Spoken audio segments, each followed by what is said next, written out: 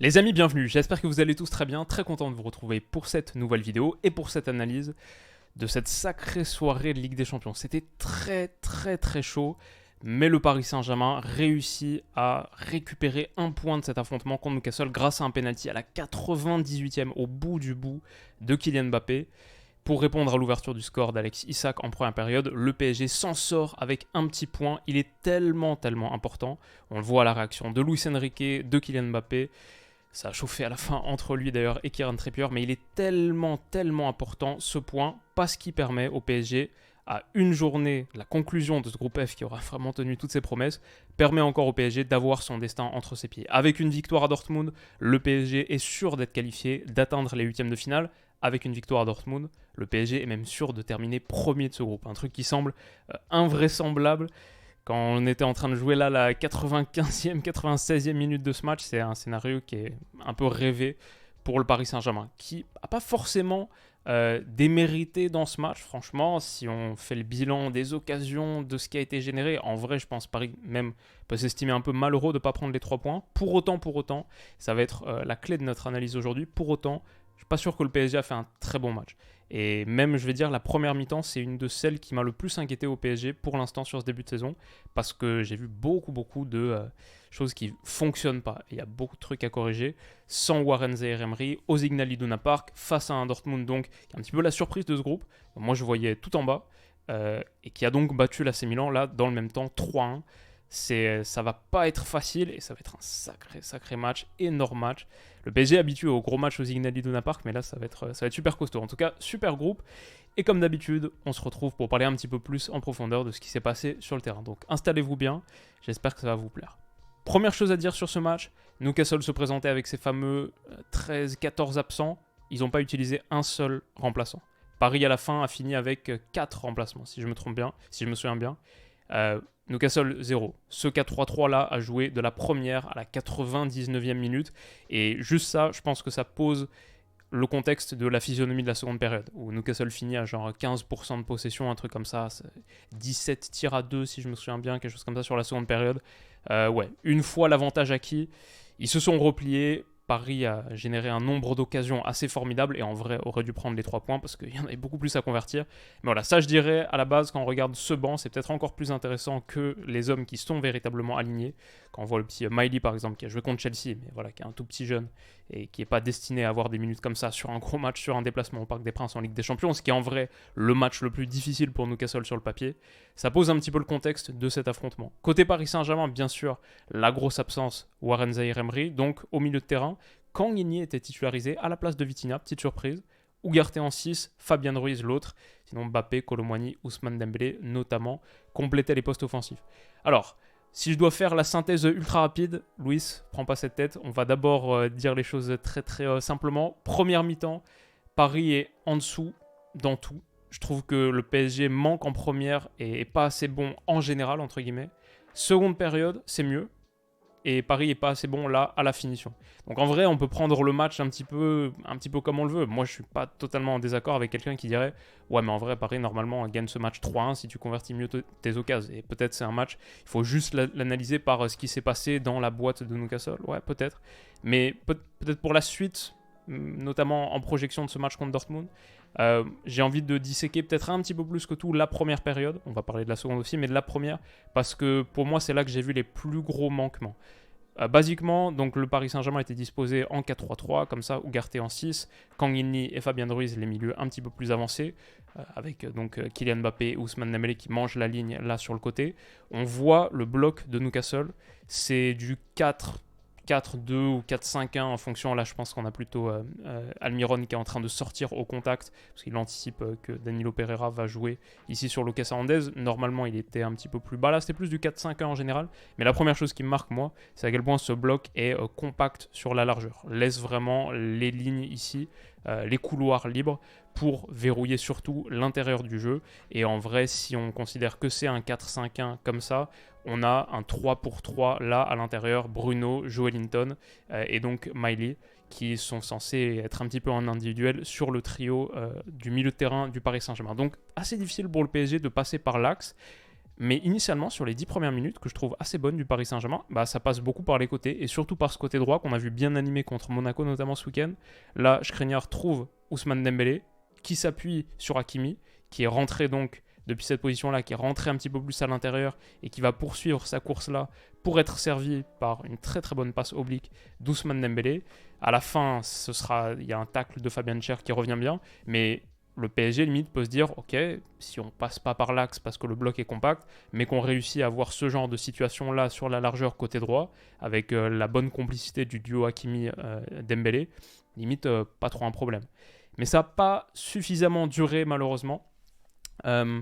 Même s'il y avait des choses intéressantes, encore une fois, sur ce côté droit, là, on est 7ème minute de jeu, à la phase de relance, par exemple. Moi, ce que j'aime bien, c'est, on sait que le Paris Saint-Germain peut être un petit peu vulnérable sur ses phases de sortie. Il n'y a pas toujours la bonne qualité de pied, notamment de Donnarumma, on va y revenir. Mais par exemple, là, sur de la pression sur ce bloc haut de Newcastle, il est battu parce que Fabien Ruiz et Ousmane Dembélé, le milieu central droit, l'ailier droit et avec le latéral droit Hakimi, qui est ici le porteur de balle, il y a beaucoup de complicité, de compréhension et de complémentarité. Fabien Ruiz, il fait cette course-là, longue ligne, pour aspirer un petit peu avec lui Bruno Guimaraes, et Dembélé, lui, va rentrer à l'intérieur. Regardez, deux courses très très complémentaires. Et Fabien Ruiz, il prend l'information, il vient ici, longue ligne, ça ouvre de l'espace pour cette passe intérieure d'Hakimi, et j'aime beaucoup, quelque part, la complémentarité entre Hakimi et Dembélé. Tout à l'heure, on l'a vu, avec Dembélé qui est avec Hakimi qui est intérieur, Dembélé qui est extérieur, et puis ça échange. Et là, cette passe intérieure d'Hakimi pour Dembélé qui est venu depuis la droite là et qui fait cette course intérieure et qui peut être servi. Le truc qui est très très intéressant avec Dembélé, c'est que son ambidextrie lui permet, quand il est touché là, de renverser en une touche. Ça, c'est super cool. Comme on le voit parfois à longue ligne de touche, mettre ses petits ballons avec son pied gauche, petit ballon un petit peu brossé comme ça, vers l'intérieur. Bah là, ici, il a été touché et en une touche, hop, il peut fouetter un ballon pour Kang In Lee qui attaque l'espace. Et là, typiquement, super sortie de balle du Paris Saint-Germain, super sortie de balle. Face à un bloc haut, tu peux aller attaquer l'espace, le grand espace, via Kylian Mbappé en 1 contre 1 face à son latéral. Je veux dire, ça, c'est le genre de situation que tu cherches. Donc moi, je vois ça, je fais, wow, super début de match du PSG. Bon, malheureusement, Mbappé qui a été un petit peu en difficulté technique tout le match, c'est un des points faibles, je trouve, de la performance du Paris Saint-Germain. Malheureusement, là, il bute sur Trippier, il va avoir d'autres moments de difficulté. Mais ouais, franchement, cette sortie-là, de A à Z, c'est très bien. Et c'est le genre de situation que tu veux avoir. À la fin, il y a peut-être un ballon à mettre au second poteau pour un Kolo Muani lancé. Il y a toujours Dembélé, il y a Kang In Lee qui peut être un relais intéressant, pertinent dans le demi-espace. Donc pas mal. Et on voit encore de la complicité entre Hakimi et Dembélé, là, avec Hakimi qui peut aller exploser dans le dos de cette ligne et donner un petit centre, si vous en souvenez, c'est celui qui est coupé par Kylian Mbappé, là, sa talonnade qui bute sur Nick Pope. Il y a peut-être un peu mieux à faire sur la finition. Ça, c'est à la 9e minute de jeu. Honnêtement, si Mbappé marque sur cette occasion et Paris prend l'ascendant, ça se trouve, on parle d'un match totalement différent parce que sur les 10 premières minutes, ça se passe bien et il y a de quoi être encouragé. Le problème, je pense, c'est que ce Paris Saint-Germain est un petit peu trop instable. Là, on commence à avoir un peu d'éléments, je trouve, sur ce début de saison. Donc, on a de plus en plus de matière pour juger.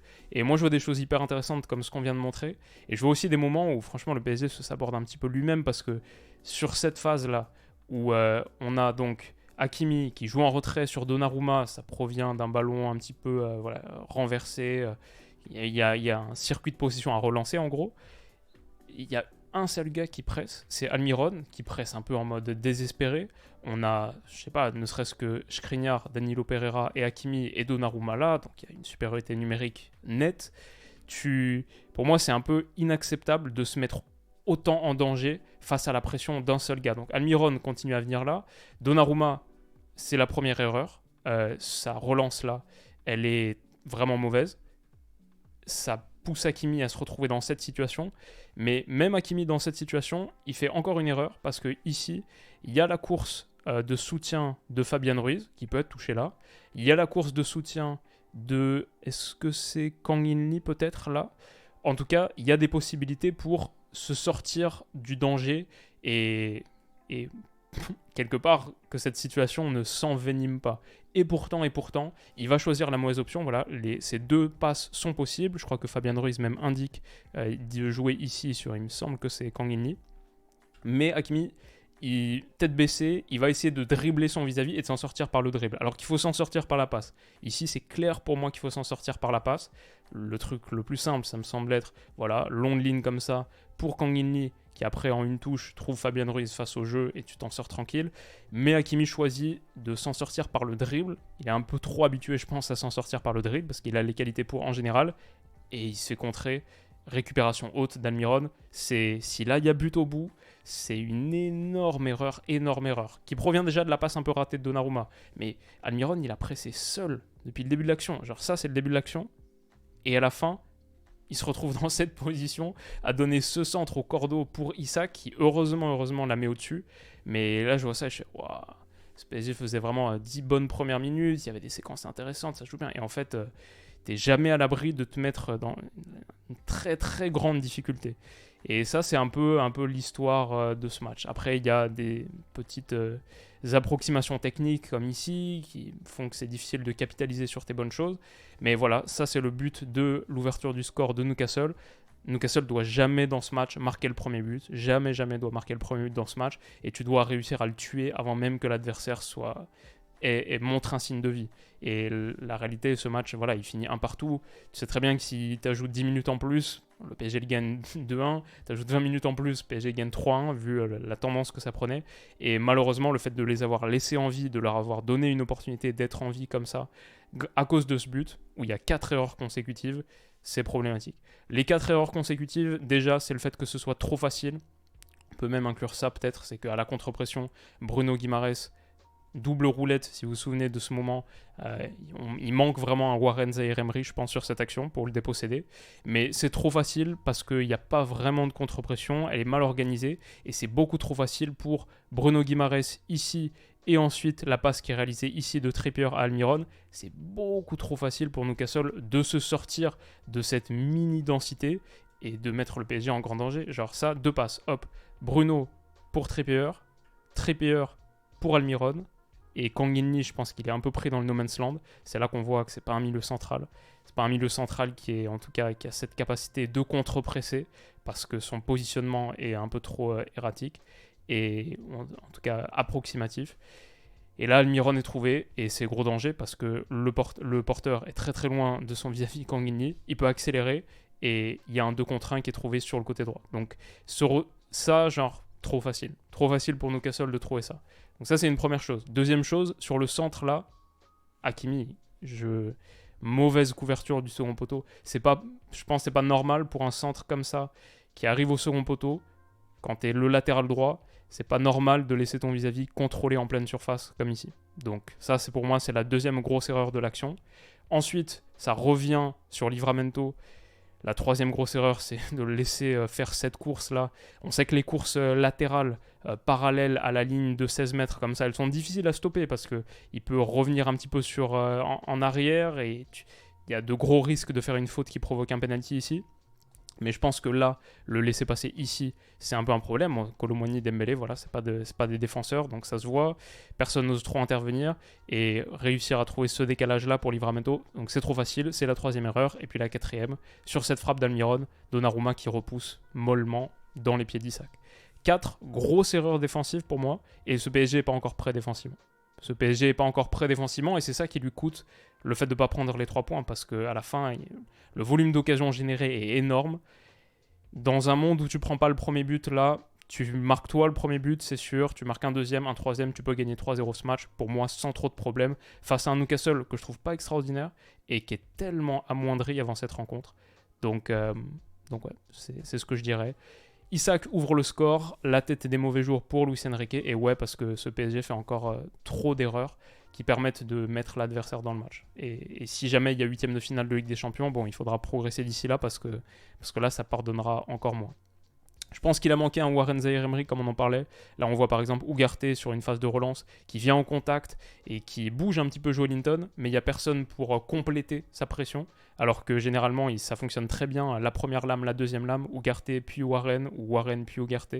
Donc là, Fabien Ruiz, que j'ai plutôt bien aimé, comme je disais, contre Monaco, avec ballon, mais sans, non. Sans, c'était pas suffisant. Et là aussi, je trouve que sans, c'était moyen. Et puis Kang In Lee, c'est pas non plus le profil. Donc ce milieu, il était sans doute pas assez travailleur aussi pour contrecarrer Newcastle dans ses progressions un petit peu axiales ou dans ses sorties. Donc c'est un petit peu un problème. Ça finit sur une grosse occasion quand même, et ça c'est un petit peu le symbole à venir de la seconde, sur ce déplacement et cette combinaison Kylian Mbappé, Kang In Lee. Mbappé qui adresse un centre contré par Fabian Schär, la reprise de Dembélé contrée par Fabian Schär, et il y a eu beaucoup de très très grosses occasions parisiennes. Mais voilà, on arrive à la mi-temps à 1-0, et Paris, dans l'ensemble, n'a pas été assez bon. Que ce soit défensivement avec ce qu'on a montré, sur le jeu de position aussi, où il n'y avait pas vraiment d'idée, c'est pas très clair encore ce que Paris cherche à faire. Donc ouais, moi c'est... Alors que même sur des défaites en Ligue des Champions pour l'instant, j'ai vu des choses intéressantes. Là, je suis sorti de cette première mi-temps, je ne suis pas supporter du PSG, mais bon, je suis investi émotionnellement dans le succès européen de ce club, ça me fait kiffer quand ça se passe bien en Europe. Et là, je suis sorti déçu du coup, je suis vraiment déçu de cette première période. Ce sera mieux en seconde, et on en parle dans quelques minutes après un mot de notre sponsor. Alors les amis, on fait une petite pause pour parler du sponsor du jour qui est NordVPN. Très très facile pour moi de parler de NordVPN parce que je le fais depuis un moment, ça fait longtemps qu'ils sponsorisent la chaîne, mais aussi parce que ça fait longtemps que je les utilise, même avant qu'ils me sponsorisent. C'est hyper utile pour masquer son adresse IP pour des raisons de sécurité. Donc moi je vis aux Pays-Bas, là maintenant je suis connecté sur un serveur virtuel néerlandais, donc on ne voit pas ma vraie adresse IP. Mais c'est aussi hyper pratique, plus que pour des raisons de sécurité, pour accéder à des contenus qui sont géolocalisés. Il y a tellement de trucs qui sont géobloqués, etc.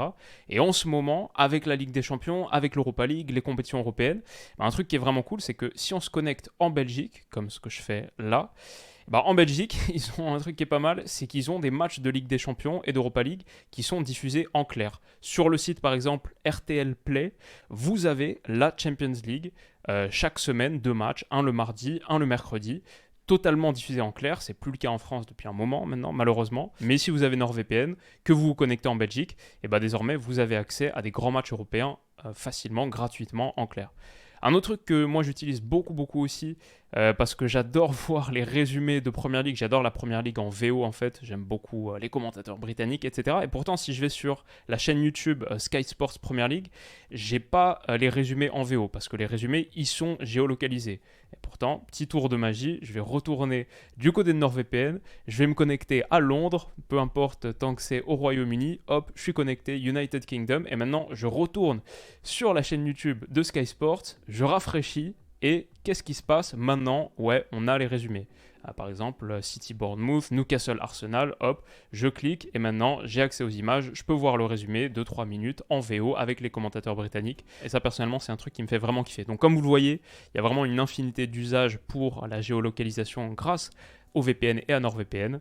Si vous voulez en profiter, il y a une offre exceptionnelle qui est active jusqu'au 29 novembre, donc tardez pas trop, 4 mois offerts sur tous les abonnements d'1 et 2 ans. C'est jusqu'au 29 novembre, c'est avec mon lien qui est en description, et NordVPN vous garantit d'être satisfait ou remboursé sous 30 jours. Donc c'est accessible avec le lien qui est en description de la vidéo si vous me regardez sur YouTube. Si vous m'écoutez en podcast, je sais qu'il y en a pas mal, c'est dans la description du podcast aussi, et le lien c'est nordvpn.com/WillouVPN. En seconde période, Newcastle recule considérablement. Je crois que ça finit à un peu plus de 80% de possession en seconde mi-temps pour le PSG. Le match finit dans l'ensemble 31 tirs à 5. C'est 17-2 entre la 45e et la 99e minute. Donc l'histoire de cette seconde, c'est un Newcastle désormais replié en bloc très très bas et à Paris de trouver les espaces. Pas facile à faire en foot en général. Avec 45 minutes face à un adversaire qui peut faire aucun changement, ça aurait été extrêmement décevant de ne pas en marquer un, vu l'importance d'un but en plus. Mais Paris n'est pas passé loin parce qu'ils ont raté beaucoup de très très grosses occasions. Sur ce bon ballon de Kang In Lee qui est dévié par Randal Kolo Muani, et ce genre de déviation là, elle a bien fonctionné. La déviation d'un gars interligne pour trouver un autre joueur dans le dos de la dernière ligne, comme tout à l'heure Kylian Mbappé pour Barcola, on va en parler.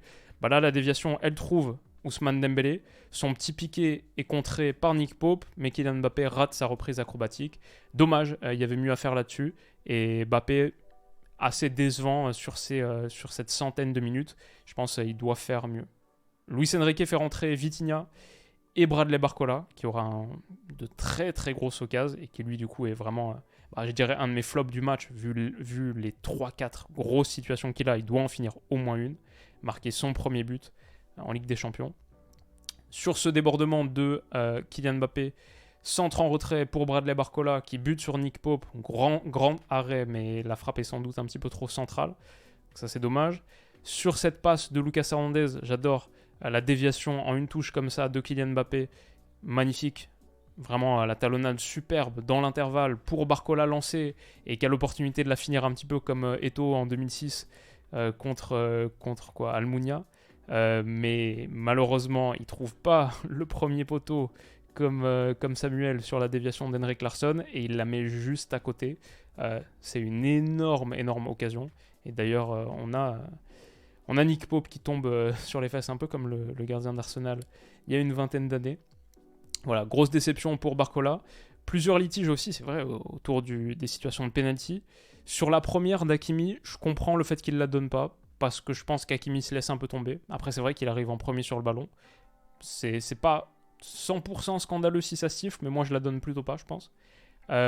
Sur la deuxième, là, celle-là, la main décollée de Miley, j'avoue, vu qu'elle est déviée par sa cuisse, il me semble, avant de toucher son bras, ok, donc à ce moment-là, on comprend que ça, c'est... Mais moi, vous savez, je comprends plus les règles de la main, donc j'arrête d'être trop précis, parce que, vous savez, j'en parle depuis un moment. Moi, je comprends plus du tout la main dans la surface.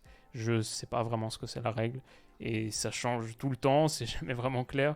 Honnêtement, entre celui-là qui est pas donné et celui qui est donné, je vois pas une grande différence. Hein. C'est dévié par une partie du corps avant de toucher le bras.